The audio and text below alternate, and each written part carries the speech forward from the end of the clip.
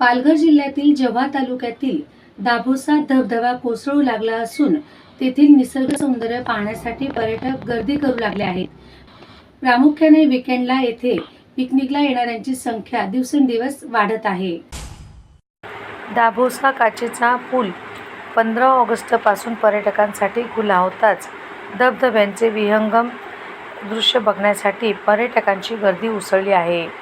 2 दिवसात जवळपास 1675 पर्यटकांनी काचेच्या पुलावर उभे राहून धबधबा बघण्याचा आनंद लुटला।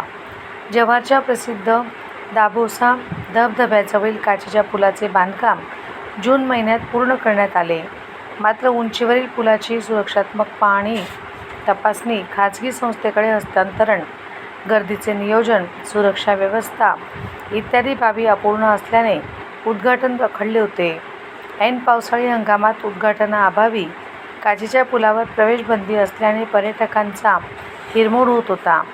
प्रशासनामार्फत सर्व अपूर्ण बाबींची पूर्तता केल्यानंतर दिनांक 15 ऑगस्ट स्वातंत्र्य दिनाचे औचित्य साधत वनमंत्री गणेश नाईक यांच्या हस्ते काचेच्या पुलाचे उद्घाटन पार पडले। काचेच्या पुलावर प्रवेशासाठी प्रति व्यक्ती 50 रुपये निश्चित करण्यात आले आहे। सकाळी 9 वाजेपासून तर संध्याकाळी 6 वाजेपर्यंत पुलावर प्रवेश दिला जाणार आहे।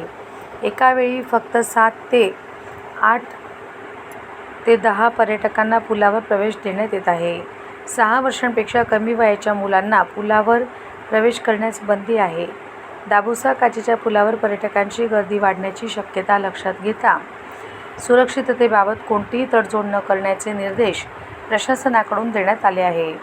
स्काय वॉकची क्षमता, प्रवेश व्यवस्था, CCTV आणि गर्दी नियंत्रण यंत्रणेची काटेकोर अंमलबजावणी, CCTV यंत्रणा स्थानिक पोलीस यंत्रणेशी जोडण्यासह प्रवेशद्वारावरील नियंत्रण अधिक सक्षम करण्यात येणार आहे।